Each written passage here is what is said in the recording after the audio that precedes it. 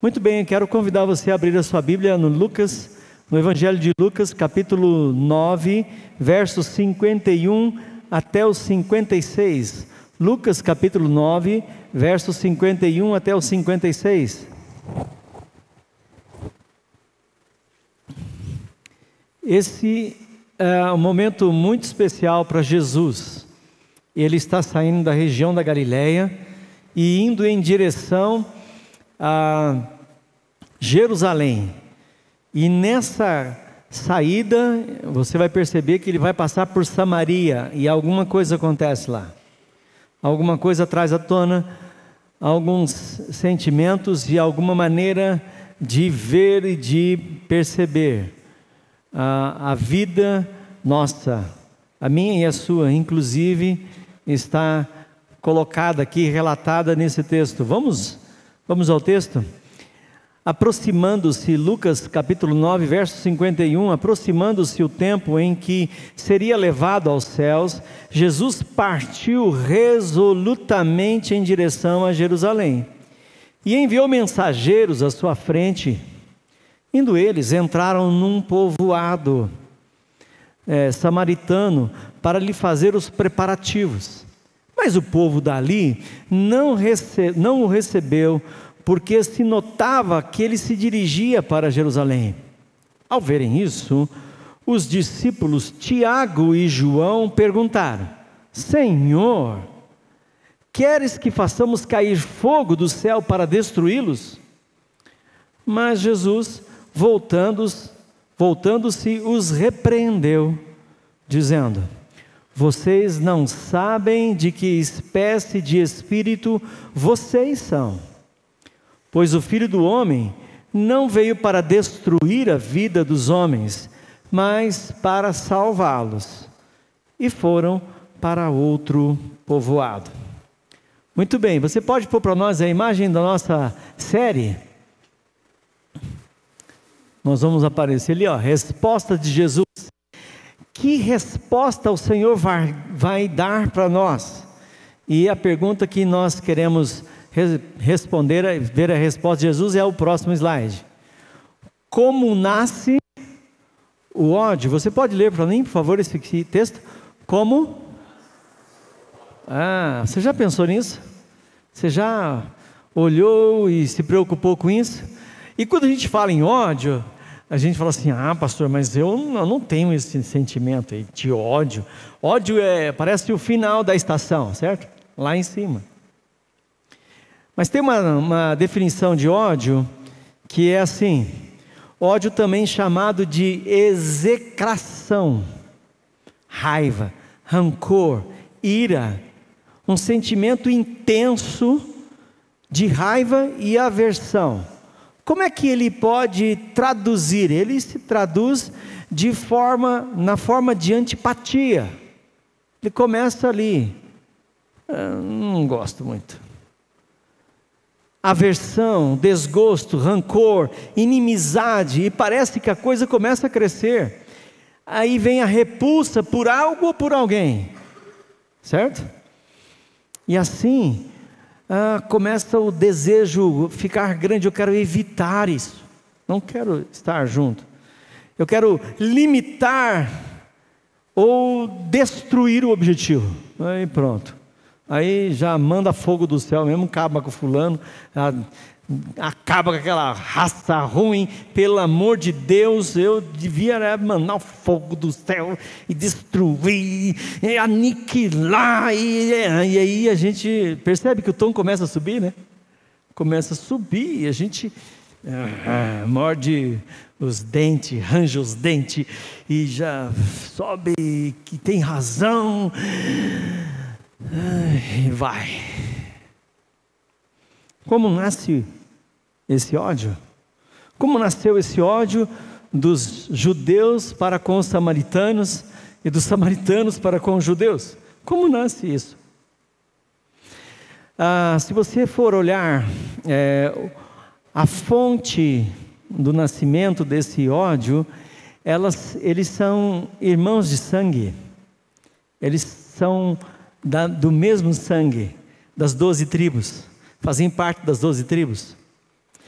Por volta do ano 931, houve, depois da morte de Salomão, a posse do governo do Roboão. O príncipe Charles assume, não, Charles não, é o Roboão mesmo. O Roboão começa agora a assumir o seu reinado. E aí vem uma turma, representante do povo, pedindo para que o Roboão diminuísse a carga de impostos, porque você já sabe que Salomão construiu um monte de coisas, né? O dinheiro não dá, não pede dinheiro ali no fundo de quintal, então ele sai de alguém, né? Alguém pagou tudo isso, e aí ele pede, através de um líder chamado Jeroboão, que Roboão diminua a carga tributária. Então, nasce por desejos justos. O ódio, irmãos, pode nascer por desejo justo. Foi muito justo o pedido. E o Roboão volta para casa, ouve o pedido do povo, liderado por Jeroboão, e diz assim: vou voltar para casa e vou me aconselhar com os meus conselheiros. Então ele vai procurar os conselheiros do pai dele, e depois vai procurar conselhos com os amigos dele. E aí ele volta para dar a notícia boa para Jeroboão e todos os representantes de todas as tribos, e ele diz o seguinte: olha, se vocês estavam achando que a mão do meu pai era muito pesada, o meu dedo mindinho vai ser mais pesado do que a mão do meu pai foi. Aí você faz conta, né? Se um era o mindinho, tem um outro, tem um outro, tem um outro, e o outro. Então ele ia cobrar 5 vezes mais imposto do que já estava estabelecido, e ele já estava pedindo assim: por favor, nós estamos até aqui, não suportamos. O que acontece? Há uma discussão, uma briga e uma separação. 10 tribos e meia para o norte, formando a tribo de Israel, o povo de Israel, e uma tribo e meia para o sul. Até a tribo ficou dividida. Até uma tribo dividiu no meio. Ficaram com Jerusalém, a tribo de Judá. Bom, e aí as coisas começam, né? O Jeroboão tem uma ideia maravilhosa. Falou: agora o povo está acostumado a descer e ir lá no templo de Salomão adorar ao Senhor. Então vamos fazer o seguinte: vamos construir 2 templos, um em Betel, outro em Dan, e vamos construir 2 bezerros de ouro enorme. Colocamos um em Betel e outro em Dan, e aí as 10 tribos não precisam descer a Jerusalém para adorar. Há uma mescla agora entre adoração ao Senhor e idolatria aos deuses pagãos. E a coisa começou a ficar complicada. Então a turma da banda de cá, de Judá, começa a dizer assim: não, esse pessoal aí não dá para ter partilha com eles. Eles são nossos irmãos de sangue, mas agora a gente não quer nada com eles. Por favor, fiquem para lá. E a situação vai se agravando, certo? Lá por volta do ano 721, o rei da Assíria chega nas regiões de Israel, nas 10 tribos, e leva parte do povo, da liderança do povo, cativo, escravo.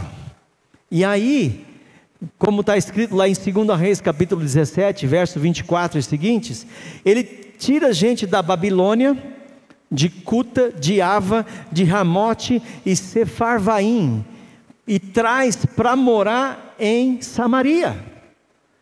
E esse pessoal já chegando, já chega comandando, já chega assimilando o culto, o governo, e entra no meio dessa história e já traz para dentro desses 2 templos, Betel e Dan, os seus ídolos, os seus postes ídolos, a sua adoração, o seu jeitão de viver a vida, o seu jeitão de idolatria. E aí a situação fica pior ainda, porque agora é misturado, e eu não quero nada com os samaritanos. Aí, como diz o Salmo 42, verso de número 7, um abismo chama outro abismo. Um buraco chama outro buraco, uma mentira chama outra mentira, uma coisa ruim chama outra coisa ruim, e ao invés de vivermos a vida mais tranquila, vamos nos afundando. Em 515, começa o processo da restauração do templo, das muralhas e da cidade de Jerusalém, porque havia sido destruída por Babilônia. Olha lá eu misturando as coisas. Esdras, Neemias e toda a liderança junto com eles, vem agora voltando da Babilônia para Jerusalém. E começa a reconstrução do templo, a reconstrução dos muros, a reconstrução da vida ética, da vida religiosa do povo. Quem quer ajudar?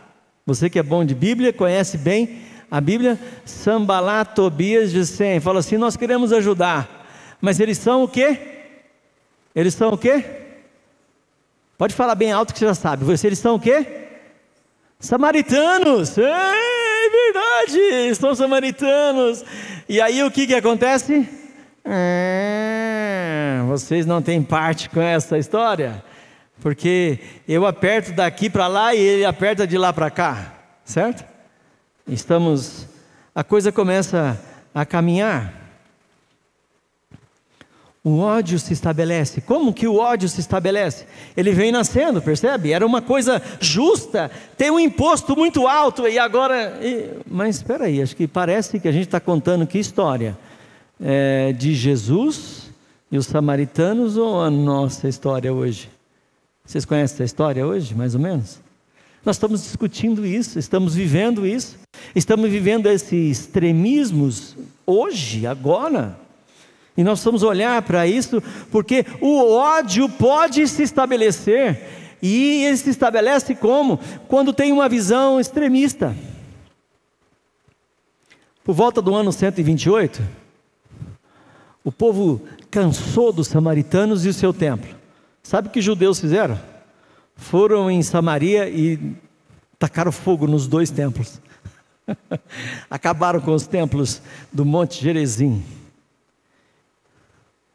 Na época de Jesus, um pouco antes de Jesus começar o seu ministério, por volta do ano 10, os samaritanos entraram no templo de Jerusalém, na quinta-feira à noite, próximo da Páscoa, e jogaram ossos de seres humanos mortos na entrada do templo, no santo lugar e no santo dos santos. Sabe o que aconteceu? Cancelaram a festa da Páscoa. Porque agora o templo precisava ser purificado, porque os miseráveis dos samaritanos vieram e jogaram ossos, e se você não podia nem tocar em morto, imagine em osso, justamente na quinta-feira, para sexta-feira, não pode, para o sacrifício da Páscoa, das 3 da tarde, nem maneira alguma.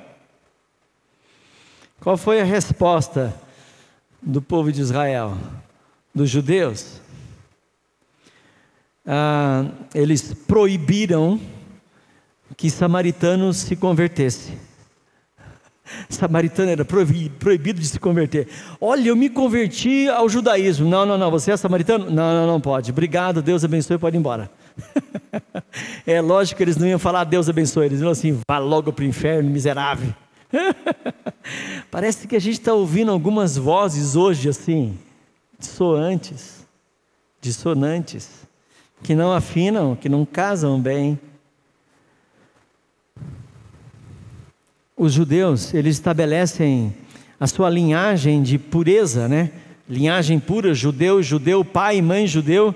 Os judeus, mancha leve, pai judeu, mãe não judia, mancha grave, gente que era neto de judeu, mas estava misturado com romano ou com outros povos, e os escravos.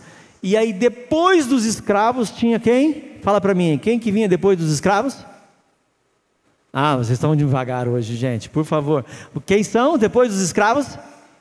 Samaritano, gente, isso mesmo, samaritano. Então, puros, mancha leve, mancha grave, escravo e samaritano. O samaritano era considerado ruim desde o berço. Você já ouviu essa expressão assim? Já nasceu ruim, sangue ruim, misturado. Qual a conclusão? Qual a conclusão que chegamos a esse? Você consegue compreender os discípulos agora? Qual a conclusão dele? Queres que façamos descer fogo do céu para acabar com esse samaritano aqui? Samaritanaiada vai morrer tudo.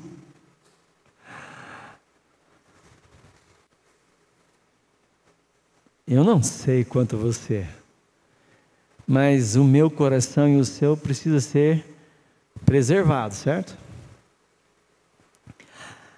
O texto, olha para o texto da Bíblia, por favor. Verso 55. Mas Jesus, voltando-se para quem? Para o samaritano ou para os discípulos?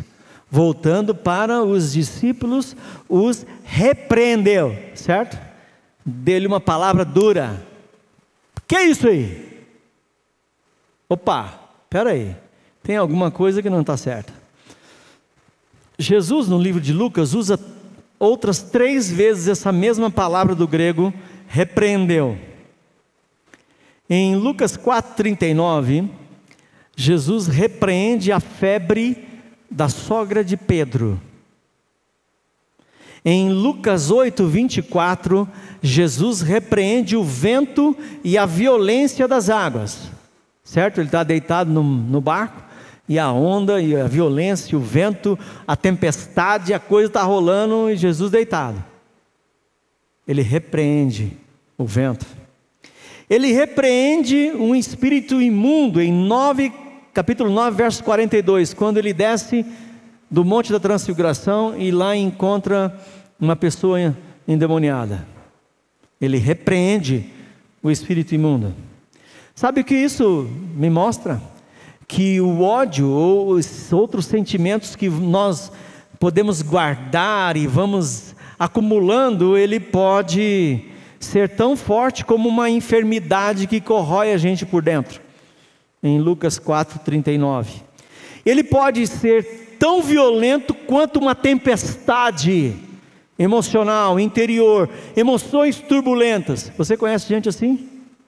Totalmente desequilibrado emocionalmente, emoções turbulentas. Ele está guardando alguma coisa lá.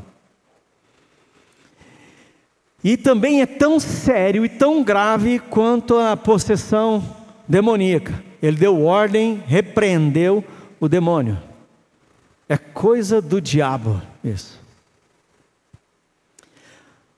Qual é a resposta de Jesus para o ódio? Qual é o remédio de Jesus para o ódio? Olhe para a Bíblia aí, por favor. O que Jesus fala para os discípulos que vai gerar em nós cura dessas emoções, desse sentimento, desse ápice que a gente está chamando de ódio. Mas até chegar aí tem um caminho, uma escada que nós estamos subindo. Estamos acumulando coisas. Qual é o remédio? Olhe para o texto, por favor, do versículo 55. A primeira parte diz: mas Jesus, voltando, se repreendeu. Você sabe que isso já é doença, que isso é uma forte emoção e que isso é coisa do diabo, certo? Repreendeu. Qual foi a repreensão? Dizendo: vocês não sabem de que espécie de espírito vocês são? Imagina, olha para mim, por favor.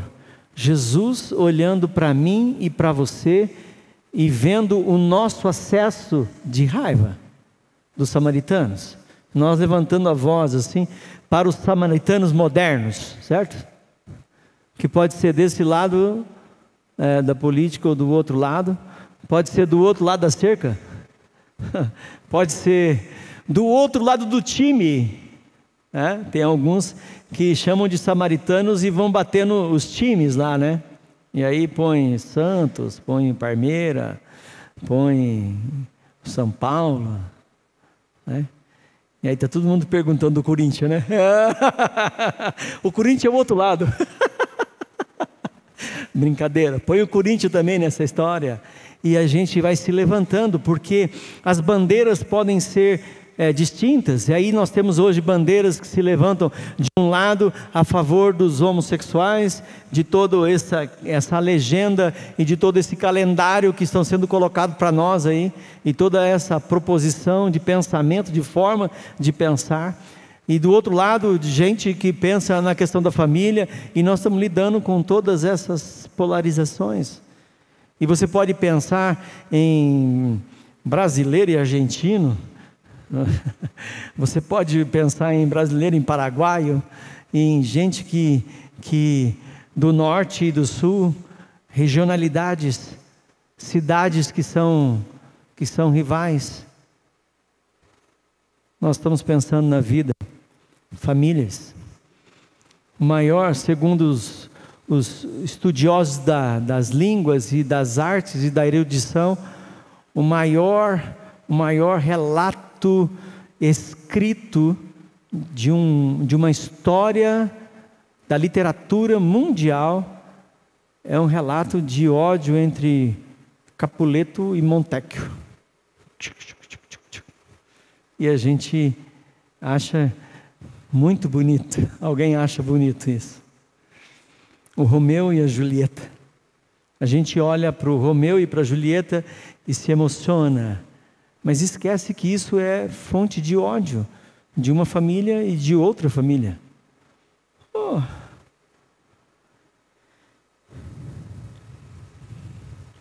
E Jesus vem nos lembrar que eu e você somos da mesma essência dele.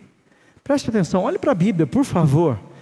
Jesus não está dizendo, olhe que espírito, vocês não sabem de que espírito eu sou, certo? Não está escrito isso. Está escrito, olhe, veja que espírito vocês são. Vocês são.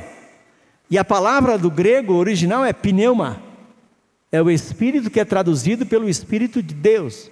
O espírito que o Senhor sopra em nós, do novo nascimento. O espírito que vem do Pai e diz assim, você agora tem parte da Trindade, está com você. Como que vocês estão pensando dessa forma? Como vocês estão reagindo dessa forma? Vocês não sabem de que espírito vocês são? Isso reflete a nossa identidade.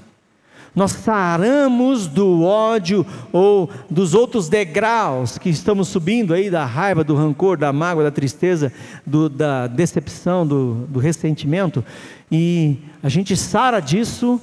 Como que a gente sara, pastor? Quando eu entendo de que espírito eu sou, que espírito habita em mim, certo? Sendo bem brasileiro aqui, tem que ser o Espírito de Deus e não o Espírito de porco. Fulano usa muito, a gente usa muito essa história, parece que o fulano está cheio de espírito de porco, né? Gente, a ideia é o texto da Bíblia lá. Nós precisamos olhar para a nossa vida, perceber que Deus quer mudar a nossa história, porque nós já fomos mudados. Você é crente, amém? Amém? Você já entregou sua vida para Jesus, amém? Se você já fez isso, você pertence à mesma estirpe de espírito que está sobre Jesus, e que agora está em você, amém, irmãos? Então imagina Jesus vendo o seu acesso de raiva em casa, a sua fúria de indignação contra este ou aquele, e se levantando, e de repente Jesus olhando para mim, para você, falou assim, epa, peraí, de que espírito você acha que você é? Que espírito você é? Você é meu, eu estou em você. Um crente não age assim.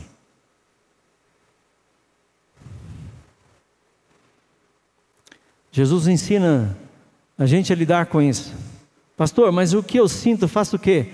Eu tranco, jogo fora, põe na caixinha preta do coração? Não. Você vai aprender a orar como Jesus orou. Pai, perdoa as nossas dívidas, assim como nós perdoamos os nossos devedores, e não nos deixes cair em tentação, mas livra-nos do mal, pois teu o reino, o poder e a glória para sempre. Mateus 6,14 continua Jesus dizendo: mas se perdoarem as ofensas uns dos outros, o Pai Celeste também lhes perdoará. Mas se não perdoarem uns aos outros, o Pai Celestial não perdoará suas ofensas. Eu já ouvi, né? Como diria o povo mais antigo, com esses olhos e com esses ouvidos que a terra há de comer, se Jesus não voltar, certo? Crente, bom, pelo menos se dizia cristão, dizendo assim para mim: pastor, quem perdoa é Deus, eu não perdoo nada. Opa! Não dá para vontade de perguntar isso, para a mesma coisa que Jesus perguntou você: de que espírito você é? É espírito de Jesus, espírito do Senhor ou espírito do demônio? Quem está falando aí? Certo? Pergunta essa situação. Imagina o fulano dando aquela crise de histeria, de nervosismo, saindo da casinha, brigando, e você chega perto dele e fala assim: opa, quem está aí? Quem é esse espírito que está aí? Como eu me livro do ódio? Como eu me livro de todas essas coisas que acumulam e viram ódio? Quando eu aprendo a perdoar. Amém, irmãos? Faz sentido isso ou não? Porque senão a gente vai virar a briga de samaritano com judeu e judeu com samaritano. Aí você pode escolher o samaritano que você quiser, certo? Você pinta um lá de samaritano e ó, vai. Mas isso não é cristianismo. Bom, qual é a outra resposta que Jesus nos dá? A primeira resposta que Ele nos dá é se você sabe de que espírito você é, a sua identidade. A segunda resposta está também no texto, verso 55, ele diz assim: pois o Filho do Homem não veio para destruir a vida dos homens, mas para salvá-los. O que vai salvar você do ódio, o que vai tirar você do ódio, é transformar o seu inimigo, ou aqueles que se levantam contra você, como inimigo, em campo missionário, em alvo da missão. Viver o propósito de Deus me livra do ódio. Irmãos, você pode ir para qualquer povo, pode ser o povo mais complicado, você pode entrar numa briga lá na Europa, ou você pode entrar numa briga lá no Irã, no Afeganistão, você pode entrar em qualquer lugar, com a mensagem do Evangelho, você vai trazer paz. Por quê? Quando você vive o propósito do Senhor para a sua vida, esse propósito te salva de toda tentação e assédio de ódio. Sabe por quê? Porque você começa agora a olhar a vida e o mundo a partir da ótica do Pai, e não da sua mais. Porque eles precisam de salvação. Nós temos dois exemplos que são muito especiais, e eu quero lembrar o primeiro deles, são os morávios. Irmãos nossos dos séculos passados, depois você pode procurar na internet lá, os morávios. Os morávios, eles eram tão dedicados a Deus e queriam alcançar pessoas que se levantavam contra ele, que ameaçavam, que queriam matá-los. Sabe como é que eles entravam nesses países fechados, né? Nessas tribos, nesses clãs, se vendendo como escravo para trabalhar como missionário naquele povo, servindo eles como escravo. Foram vendidos como escravo. Eles se venderam como escravo. Eles pegavam um barco e colocavam todas as coisas deles, que não eram muitas, dentro do barco, e deixavam o barco ir pelo rio. E onde parava, ele descia e pregava o Evangelho. E se lá não fosse aceito, ele colocava as coisas dentro do barco e continuava. E depois ele dizia assim: bom, agora eu quero pregar o Evangelho. Não, você não pode ficar aqui. Não, mas eu quero me vender como escravo. Ah, como escravo você pode ficar aqui. E eles serviam. Nós temos um exemplo aqui no Brasil, da missionária Bugra, lá de Floripa, que morreu recentemente. Ela evangelizou lá na Praça 15 e um dos traficantes, o Silva, se converteu. O Silva era uma figura, um homem enorme, violento, foi criado no meio da rua, violento, de tudo quanto é lado ele era violento, na palavra, no jeito, no trato, de todas as formas. Ele se converteu, e agora estava sendo julgado, e ninguém entendeu porque um homem daquele tamanho, recebendo uma pena lá no tribunal do júri de 30 anos, pelos crimes que ele cometeu, 30 anos de prisão, ele estava feliz e dando glória a Deus, e ninguém entendia nada, porque ele estava feliz e dando glória a Deus. E a Bugra chegando perto dele, e falou assim: por que você está assim, Silva? Porque agora Deus me deu um campo missionário, e eu vou na cadeia e vou pregar do Evangelho de Jesus. O tamanho dele já ajudava, entendeu? Ele pregava, ele era bem ouvido, mas a mensagem poderosa do Evangelho da paz.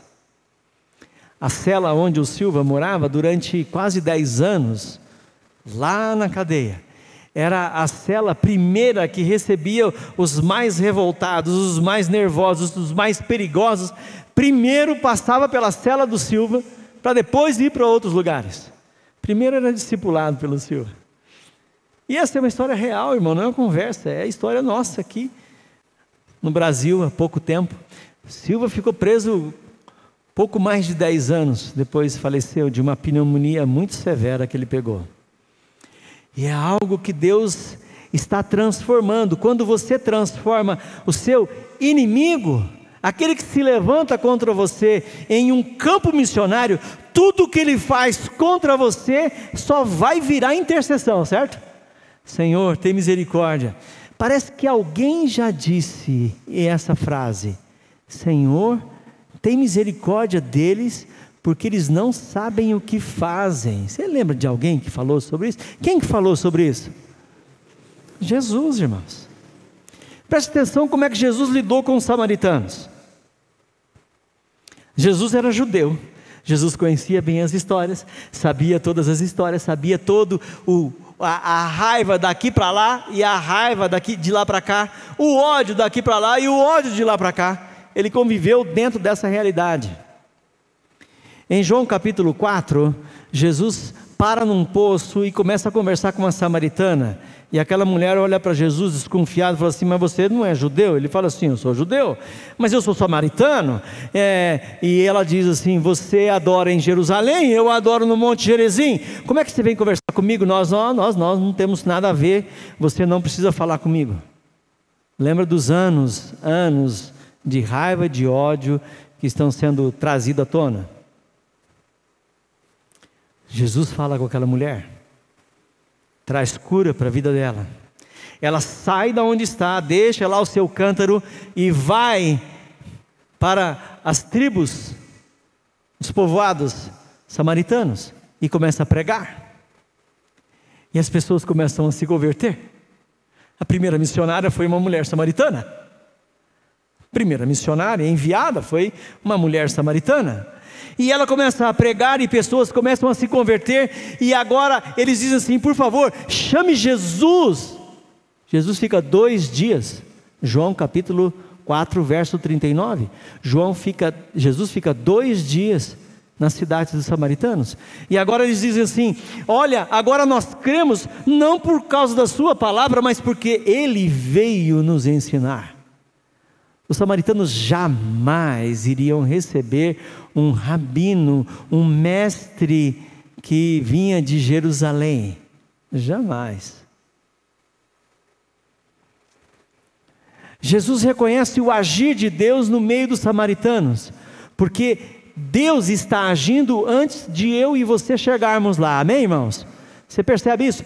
Vou dizer de novo: Deus está agindo na vida das pessoas antes que eu e você chegue perto delas, mesmo que elas se levantem como inimigos nossos. Deus está agindo lá na vida deles.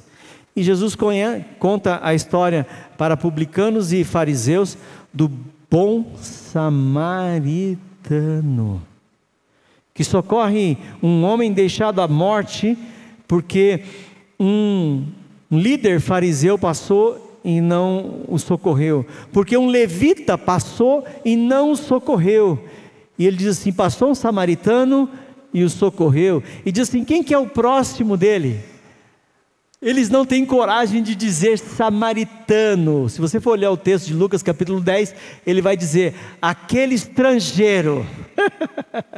O estrangeiro, não fala o nome do cidadão. Eu não sei quanto a você, mas eu já vi família que não citava o nome da outra família, chamava aquela família lá, sabe? Aquele lá, aquilo, né? Aquele era quando era mais ou menos, aquilo já era outra coisa. Jesus cura e salva 10 leprosos, em Lucas capítulo 17, se você for ler o texto, está escrito lá, na divisa entre Galileia e Samaria, na divisa ali, Jesus cura 10 leprosos, só um volta para agradecer. Adivinha quem que era que voltou para agradecer? Vamos ver se vocês são bons. Quem que voltou para agradecer? Samaritano! O povo já aprendeu, que sabido que vocês são. Maravilha, gente. Samaritano voltou para agradecer. O único. Quando Jesus morre na cruz, é sepultado, e ao domingo da ressurreição, pouco tempo depois, antes de ser levado ao céu, ele reúne os seus discípulos e diz o texto de Atos capítulo 1, verso de número 8: mas recebereis poder ao descer sobre vós o Espírito Santo, e vocês serão minhas testemunhas aonde? Jerusalém, Judeia, Samaria e até os confins da terra. Transforma os inimigos em campo de atuação do Evangelho, de missão. Atos capítulo 8, 1, você vai perceber que a igreja que foi perseguida em Jerusalém, ela foi espalhada pela região da Judeia e Samaria. Ninguém vai ficar de fora. Irmãos, quando o ódio começa a bater, ou sentimentos de raiva, de rancor, de ira, de indignação, de injustiça, de qualquer outra coisa que eu e você possamos sofrer, de pessoas que se levantam, a primeira ação é: Pai, perdoa, porque você sabe de que espírito eu sou, e que você, que espírito habita na sua vida, e você vai se dobrar diante do Senhor, e vai orar ao Senhor dizendo: Pai, perdoa o meu pecado, mas também eu quero liberar a vida daquele que tem pecado contra a minha vida. Irmãos, como isso está muito perto da nossa história, está muito perto da minha vida e da sua. Casamentos que foram estabelecidos para ser bênção, se tornaram tortura, certo? Alguns casamentos não conseguem chegar ao final da história, eles se rompem no meio do caminho. Por quê? Porque aquilo que foi estabelecido por Deus se torna um lugar de egoísmo e de eu querer ser feliz. Ah, eu quero ser feliz, só eu. E o outro? Ah, o outro que se vire. E aí eu quero viver a minha vida, eu ofendo, magoo, passo do limite. Alguns são muito violentos. Alguns estão mais ligados aos vícios, aos prazeres, do que à vida de família. E há briga, e há dissolução, e o casamento acabou já. O lugar onde foi estabelecido para ser bênção é lugar de rancor, de mágoa, de todo dia uma mágoa nova. Aí alguns dizem assim: pastor, eu não imaginava que podia aparecer alguma coisa nova. Apareceu mais uma. Olha só o que o cidadão fez, olha só o que a cidadã fez. E aí tem mais um relato. E quando a gente olha para o filho e para a filha, como isso é complicado. Como tem famílias que foram criadas por Deus para ser ambiente de paz, de serenidade, e aquele lugar virou um lugar de guerra, confronto, conflito. Há sempre uma forma de se lidar com o ódio. Olha o que o texto diz, por favor, nós vamos encerrar. Verso 56. E foram para outro povoado. Ah, que coisa simples. Olha como Jesus resolve o problema. Ele olha para os discípulos e não para os samaritanos. Ele diz assim: vocês sabem de que espírito vocês são? Ah, nós temos em nós o Espírito Santo. Você sabe qual é o propósito que eu vim? Eu vim para que todos possam se salvar e não morrer e ir para o inferno. Vocês entendem isso? Eu entendo. Então vamos fazer o quê? Eles querem ouvir a gente aqui? Não, vamos para outro povoado. Pronto, resolveu o problema. Ah, pastor, mas não é simples assim lá na minha casa. Não é simples na sua casa. É verdade. Provérbios capítulo 15, verso 1 diz assim: a palavra branda acalma o quê?